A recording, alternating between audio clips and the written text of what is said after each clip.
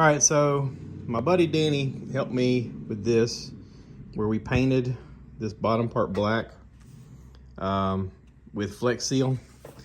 We put primer coat on, and it's got a little textured feel to it. I would like to have a separator line, and we were kind of talking about maybe doing a pinstripe in red, and I ordered some 3M pinstripe.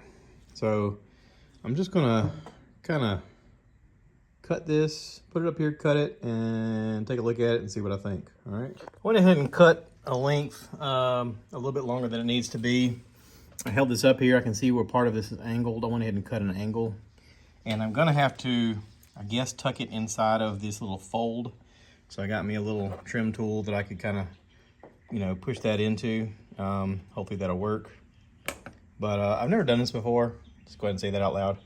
Because someone's gonna be like, you didn't do this, you should have done that. So anyway, yeah, stick around.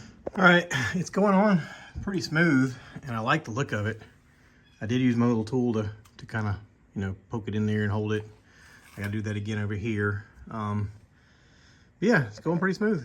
All righty, I got my red stripe on, and I bought some white touch-up paint pen.